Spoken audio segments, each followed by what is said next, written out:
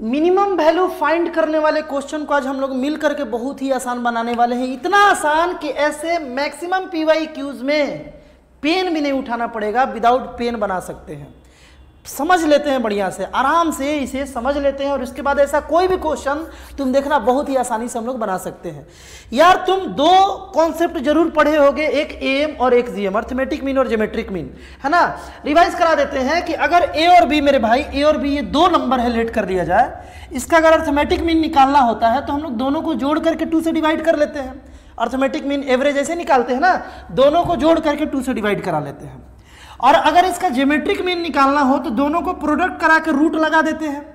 a into B का power 1/2 यानी कि a into B under root आ जाएगा, है ना। तुम यहाँ फील कर पा रहे होगे कि यार a और b का कोई भी वैल्यू अगर यहाँ हम पुट करें ना तो एम जो है वो ज्योमेट्रिक मीन से बड़ा ही होगा, है ना। एम जो है ज्योमेट्रिक मीन से बड़ा होगा।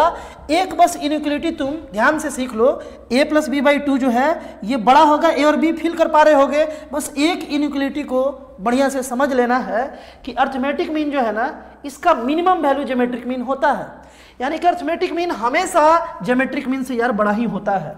बस इसी कॉन्सेप्ट का यूज करके क्वेश्चन को यार हम लोग बहुत ही आसान बनाने वाले हैं। यहाँ पर ए बी का वैल्यू 1 दिया था, इसका मिनिमम वैल्यू पूछा जा रहा है। हम यार लेट कर लेंगे कि ये और ये दोनों अलग अलग नंबर है, लेट कर लिए।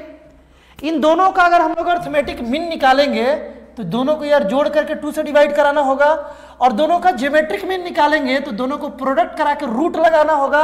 और जाहिर सी बात है यार, ऑलवेज अर्थमेटिक मीन जो है ना ज्योमेट्रिक मीन से बड़ा होता है। तो बस इसी कॉन्सेप्ट का यूज करके हम लिख दिए कि ये दोनों नंबर का अलग अलग नंबर माने, और मानने से अलग अलग ही मेरा काम हो जाएगा। देखो कैसे होगा, इन दोनों को जोड़ के 2 से डिवाइड कर दिया, अर्थमेटिक मीन निकल गया, और ये दोनों अलग अलग नंबर का ज्योमेट्रिक मीन निकाल लिए। ज्योमेट्रिक मीन से अर्थमेटिक मीन हमेशा बड़ा होगा।